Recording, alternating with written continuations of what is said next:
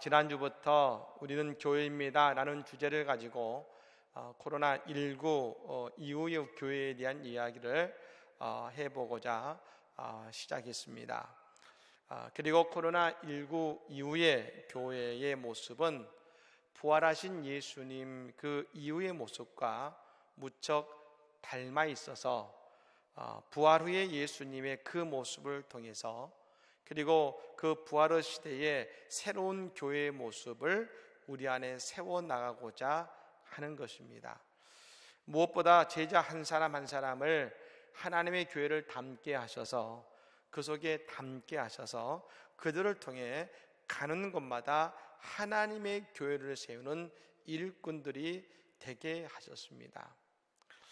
특별히 오늘 저 엠마오 가는 제자들의 그 모습 속에서 우리 주님은 또 다른 교회의 모습을 그 제자들 안에 우리 주님은 담아주고 계신다는 것입니다. 바보의 벽이라는 책이 있습니다. 2003년도에 나와 있는 좀 오래된 책입니다만 일본의 석학인 요로 다케시가 쓴 책입니다. 우리의 뇌 속에는 상대방과의 대화와 소통을 가로막는 벽, 즉 바보의 벽이 있다는 것입니다. 사람의 뇌는 알고 싶지 않은 것에 대해서 스스로 정보를 차단해버리는 구조적인 특성이 있다고 그는 말합니다. 그 가운데 바보의 벽을 만드는 세 가지 키워드가 있다고 합니다. 그것이 바로 정답과 상식과 일관성입니다. 먼저 정답은 모든 것에 정답이 있다는 태도입니다. 근데 여러분, 우리가 인생을 살다 보면 만나게 되는 모든 문제는 정답이 없는 것 아니겠습니까? 근데 우리는 늘 정답이 있는 인생을 살려고 한다는 것입니다. 두 번째, 상식이라는 벽입니다. 모든 것이 상식적으로 맞아야 된다.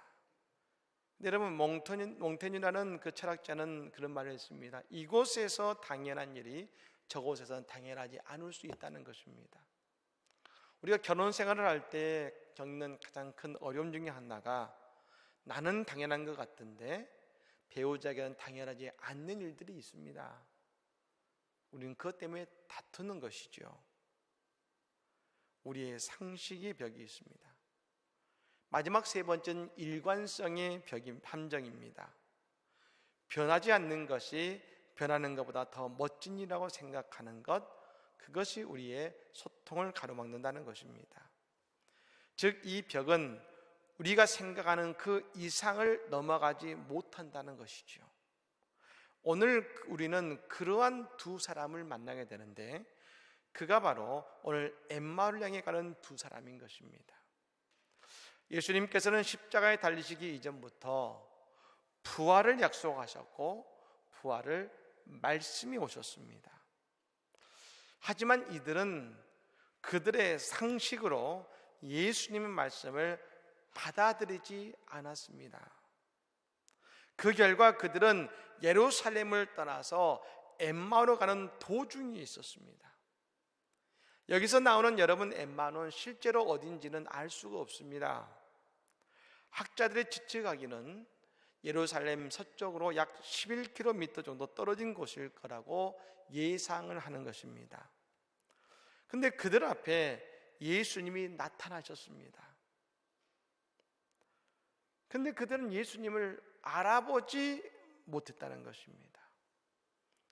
부활의 주님께서 다른 제자들과 같이 그 앞에 나타나셨지만 그들도 예수를 알아보지 못했습니다.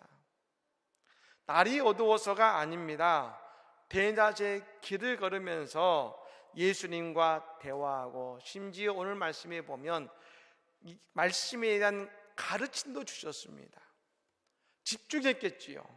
오랜 시간 있었습니다. 하지만 그들의 상식, 생각의 한계를 벗어나지 못하자 부활의 예수님이 함께 하시지만 예수님께서 누구신지를 알아보지 못했다는 것입니다. 막달라 마리아도 맨 처음에 예수님을 동산직이라고 생각했었습니다. 오늘 엠마오로 가는 두 제자들도 마찬가지입니다. 예수님을 알아보지 못한 것이죠. 그것은 그들의 생각으로 예수님께서 부활하셨다고는 생각하지 못했기 때문입니다. 우리는 생각한 것만 보게 되어 있습니다. 하지만 교회는 이러한 세상의 상식을 뛰어넘는 것이며 육체적인 것, 육신의 안목을 뛰어넘는 영적인 안목이 있는 것이고, 우리가 이전까지 생각하지 못했던 새로운 것을 보게 되는 것이 바로 하나님의 교회인 것입니다. 우리는 새로운 시대에 대해서 겁을 먹고 어떻게 하면 좋을까, 어떻게 신앙생활을 하면 좋을까 하고 염려하는 것이 아니라, 우리가 부활의 주님을 만나게 될 때에 우리는 분명하게 우리가 알지 못하고 깨닫지 못했던 예수님의 세계뿐 아니라 우리 안에 새로운 하나님의 가능성이 열려지는 은혜의 역사가 우리 안에 있게 될 줄로 믿습니다. 여러분, 오늘 그럼 이 엠마오의 그 제자들 속에 우리 주님은 어떤 새로운 세계를 여셨을까요? 먼저 예수님께서는 지금도 나와 함께 하신다는 사실을 우리에게 알려주셨습니다. 15절 말씀에 이런 말씀이 나옵니다. 그들이 서로 이야기하며 문의할 때에 예수께서 가까이 이르러 그들과 동행하시나 하겠습니다. 엠마오로 가는 두 제자에게 예수님께서 가까이 가셔서 그들과 동행하셨습니다. 사랑하는 여러분, 우리는 이 말씀이 먼저 우리의 말씀이 되기를 원합니다. 예수님께서는 지금 우리와 동행하고 계심을 여러분 분명하게 믿으시기를 바랍니다. 우리와 동행하고 계십니다. 교회의 첫 번째 조건은 예수님께서 함께 동행하셔야 되는 것 아니겠습니까? 근데 여러분, 왜 예수님께서는 이 두 제자에게 직접 다가오셨을까요? 이유는 그들이 엠마오로 가고 있기 때문에 그런 것입니다. 예수님께서는 두 제자들에게 예루살렘에 머물러 가셨습니다만, 이들은 예수님의 십자가 사건 이후에 그들이 안식일을 지나 부활의 예수님의 소식을 들었음에도 불구하고 믿지 않고 엠마오를 향해 떠난 것입니다. 주님의 곁을 그들이 떠난 것이죠. 말씀의 곁에서 떠난 것입니다. 그러자 예수님이 친히 그들을 찾아오시며 그들에게 다가오신 것입니다. 택하신 백성을 위해 다가오신 예수님이신 것이지요. 우리는 늘 잊지 말아야 되는 것은 예수님께서는 어떤 상황 속에서도 나와 함께 계신다는 것입니다. 그것이 아무리 어려운 상황과 여건이라 하더라도 예수님께서는 절대로 우리를 떠나지 않으시고 늘 우리 옆에 함께 계신다는 것을 우리는 잊지 말아야 되는 것입니다. 여러분, 이 제자들도 예수님께서 십자가에 못 박혀 돌아가시지 않았다면 그 옆을 떠나지 않았을 것입니다.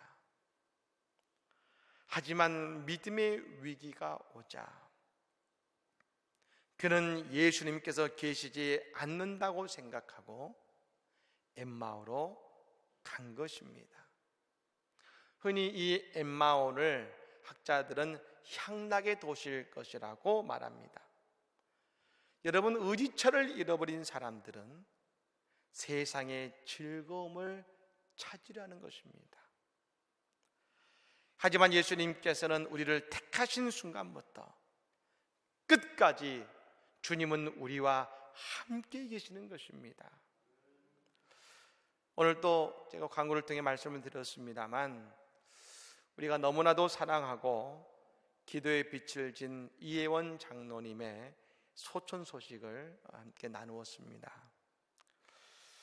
근데 여러분, 저는 장로님의 그 마지막을 뵈면서 장로님은 역시 예배자이시고 예수님께서 장로님과 함께 하셨다는 것을 저는 알 수가 있었습니다. 장로님은 모든 예배에 빠지신 적이 없으셨습니다. 새벽부터 모든 예배에 늘 권사님과 함께 오셨는데요, 가끔 기도원에 가실 때는 저에게 전화를 주셔서 잠시 다녀오겠다고 알려주셨습니다. 한 달 전 암이시라는 판정을 받으셨습니다. 얼마나 놀라셨겠습니까? 바로 그 즈음이 종료주일을 맞이하는 때였습니다. 근데 제가 토요일 저녁에 다음 날 말씀을 설교를 준비하는데 제 마음속에 그런 마음이 드는 것입니다. 장로님과 내일 예배 드리면 좋겠다. 그 마음이 자꾸 드는 것이죠. 병원의 소식을 듣고 얼마나 그 마음이 힘드실까. 이때 예배하셔야지, 오시면 좋겠다고 전화를 드렸더니 그러시겠노라고 하고 함께 오셔서, 그때는 우리가 함께 예배드리지 않는 때 아니겠습니까? 종료주일에 교육자와 직원들과 함께 예배를 장로님 드리셨습니다. 늘 예배하시던 성전 기도하시던 이 자리가 얼마나 그리우셨겠습니까? 우리도 그랬지 않습니까? 더욱이 암이라는 병의 판정을 받고 그 마음을 위로받을 때가 기도의 자리, 하나님의 성전밖에 더 있었겠습니까? 여러분, 예배하시는데요, 얼마나 우시는지. 근데 여러분, 그 이후에 병이 중해지셨습니다. 그리고 그때의 종료주일 장로님의 성전에서 예배가 마지막 예배가 되셨습니다. 저는 하나님께서 장로님의 마지막 예배를 기도하시던 이 자리에서 하나님의 교회에서 예배케 하셨다고 믿습니다. 왜요? 예수님께서 장로님께서 함께 하시니 그 마음을 아시고 종이의 마음을 움직인 건 아니시겠습니까? 그리고 마지막 임종하실 때도 임종 예배를 마치신 이후에 주님의 품에 정말 주무시는 것 같이 편안하게 가신 것을 보면서 예수님께서 예수님과 함께 사시더니 예수님과 함께 천국에 가셨구나 알 수가 있었습니다. 아프리카의 선교사인 리빙스턴은 평생 아프리카라는 어려운 선교를 해냈습니다. 그에게 물었습니다. 선교의 비결이 무엇입니까? 그때 그는 마태복음 28장 20절의 말씀으로 대답했습니다. 내가 너희에게 분부한 모든 것을 가르쳐 지키게 하라. 볼지어다 내가 세상 끝날까지 너희와 항상 함께 있으리라 하시니라. 아프리카에서 선교함이 힘들 때마다 예수님께서 함께 하시고 동행하심을 믿고 나아갈 때에 그 선교를 해낼 수 있었습니다. 이것이 바로 리빙스턴의 고백이었습니다. 그렇습니다. 오늘 내가 어떤 처지와 상황이 있다 할지라도 나와 동행하시는 예수님이 계심을 여러분 믿으시기를 바랍니다. 나와 동행하고 계신 것이죠. 두 번째로 예수님께서는 하나님의 말씀을 제자들의 마음에 두신 것입니다.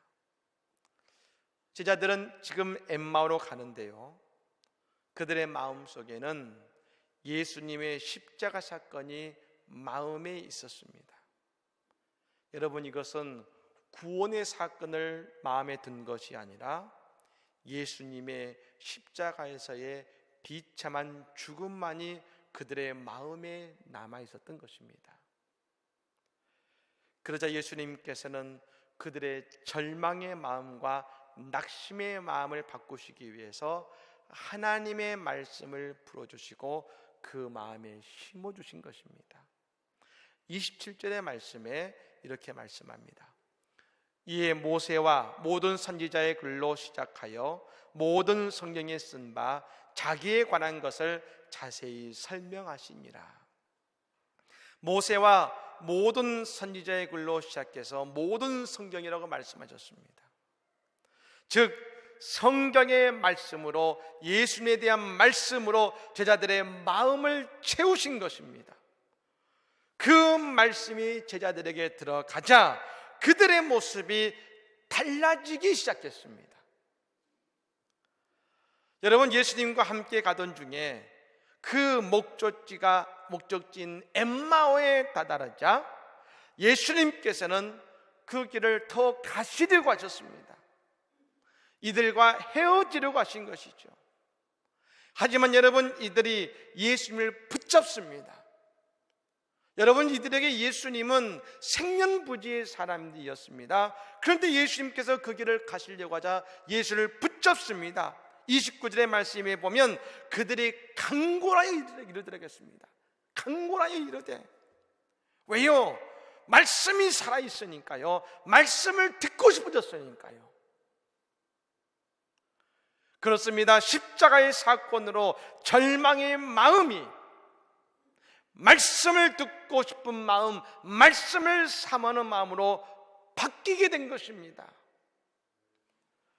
여러분, 그래서 어렵고 절망스러운 일이 있을 때 말입니다, 그 절망스러운 일을 자꾸 묵상하지 마시기 바랍니다. 왜 우리에게 절망이 더 커집니까? 그 절망스러운 일을 자꾸 더 묵상하고 그것을 묵상하기 때문입니다. 제자들도 여러분 17절에 보면 제자들도 자꾸 그 절망의 사건을 묵상하고 있었습니다. 예수께서 이르시되 너희가 길 가면서 서로 주고받는 이야기가 무엇이냐 하시니 두 사람이 슬픈 빛을 띠고 머물러 서더라. 예루살렘에서 엠마오로 가는 도중에 예수님이 물으신 것이죠. 지금 너희는 무슨 얘기를 하면서 서로 묵상하고 있느냐? 무슨 얘기를 자꾸 하고 있느냐?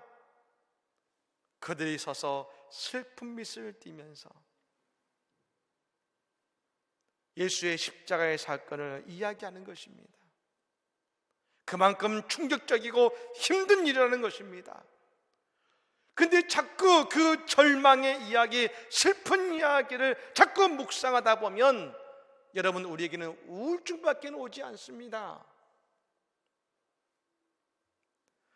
얼마 전 어떤 강의를 제가 잠깐 들었는데요, 우리가 업무를 할 때에 자꾸 실수하고 자꾸 어떤 일을 잊어버리고 자꾸 내가 왜 난 이 일을 할 수 없어라고 생각하는데 어쩌면 그것이 우울증의 모습일 수 있다는 것입니다.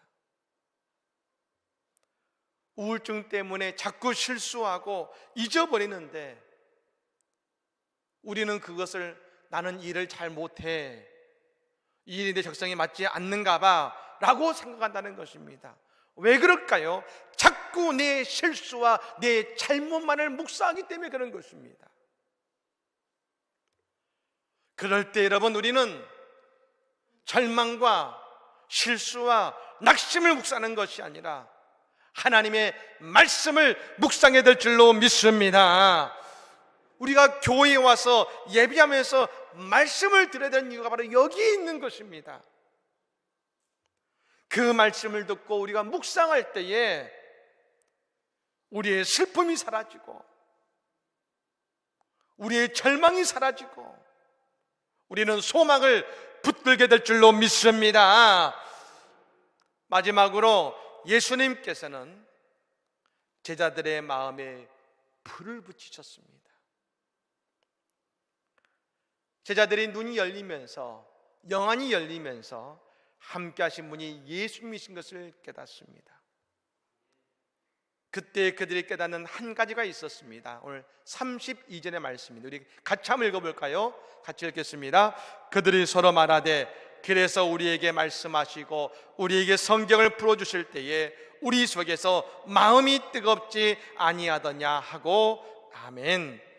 그래서 여러분, 마음이 뜨겁지 아니하더냐에 뜨겁지의 숫자가 붙었을 것입니다. 성경책의 맨 아래에 보면 뜨겁지를 또 다른 이렇게 말하고 있습니다. 불타지. 그러니까 다른 번역은 이렇게 말합니다. 마음이 불타지 아니하더냐. 마음이 불타지 아니하더냐. 성령의 불을 붙이신 것입니다. 여러분, 제자들의 마음에 불이 붙었습니다. 교회는 우리의 마음에 불을 붙이는 곳인 것입니다. 우리 마음에 불을 붙이는 곳입니다. 성령의 불을 붙이는 곳입니다. 세상과 사탄은 말입니다. 우리의 마음에 불을 꺼뜨립니다. 낙심하게 만듭니다.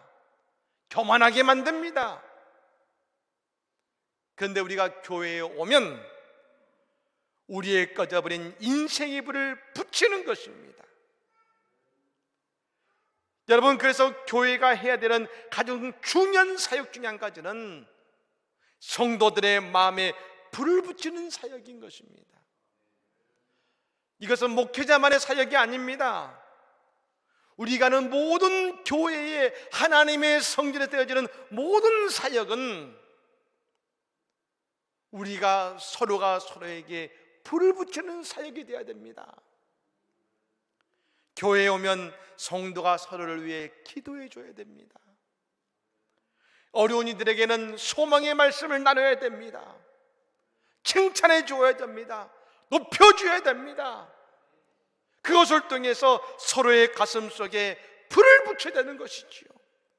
그 마음에 불이 붙으면 인생의 자세가 달라집니다. 낙심하지 않고 힘있게 나아가게 되는 것이죠. 근데 여러분, 인생의 불이 꺼지면 소망도 사라집니다. 소망이 사라지면 우리 입에서 낙심과 절망만을 우리는 선포하게 되어 있는 것이죠. 여러분, 혹시 주변에 자꾸 낙심과 절망에 얘기만 한 분이 계십니까? 여러분이 그분을 위해서 기도해 주시고, 주여 그 마음에 불을 주시옵소서, 그럼 기도하셔야 되는 것입니다. 십자가의 도상에서 예수님께서 두 강도를 만나셨습니다. 여러분, 두 강도 다 인생의 절망의 마지막 순간에 서 있는 사람들이었습니다. 근데 한 강도는 말입니다. 예수님 만나자 그의 꺼져버린 인생에 불이 붙었습니다. 오죽 그 강도의 모습이 여러분 잔인하고 여러분 그랬으면 십자가에 달렸겠습니까? 왜 그랬겠습니까? 인생의 불이 꺼졌다고 느꼈기 때문에 그런 그 강도질한 것이죠. 하지만 그가 십자가에 돌아서서 예수를 만나자 그 마음에 불이 붙었습니다. 예수님께 외칩니다. 예수여, 당신의 나라에 임하실 때에 나를 기억하소서. 십자가에서 인생의 마지막 절망의 순간에 있지만 그때 그의 마음에 불이 붙자 소망의 인생으로 그는 바뀌었습니다. 그때 소망을 선포했습니다. 내게 아버지의 나라를 주십시오. 반면 반대쪽 강도는 낙심하고 여전히 그 인생에 불이 꺼져 있습니다. 예수님께 뭐라고 합니까? 네가 그리스도냐? 너와 우리를 구원해라 하며 예수를 조롱합니다. 왜요? 마음에 불이 꺼져 있고 여전히 절망과 탄식만이 있기 때문에 그 예배는 조롱과 탄식만이 남은 것입니다. 그렇습니다. 우리가 복음을 전하는 것은, 그리고 함께 은혜를 나누는 것은 생명의 복음을 전함과 동시에 예수님을 통해 다른 이들의 인생에 불을 붙이는 것임을 여러분 깨달으시기를 바랍니다. 사랑하는 성도 여러분, 부활의 예수님께서는 엠마오로 가는 두 제자를 포기하지 않으셨습니다. 끝까지 그들을 책임지셨습니다. 그리고 그들이 세상을 살리는 예수님의 교회가 되게 하셨습니다. 그러므로 오늘 우리와 함께 하시는 예수님, 말씀을 우리 안에 두시고 우리의 마음에 불을 붙이시는 예수님을 만나고 경험하는 이 아침이 되기를 간절히 축복합니다. 그리고 그 교회의 사명을 감당함으로 우리뿐 아니라 우리와 함께 있는 모든 이들이 우리와 함께 다 예수 안에서 복된 삶을 살아가는 은혜의 공동체를 이루어가는 우리 모두가 되기를 살아계신 예수 그리스도로 간절히 축복합니다.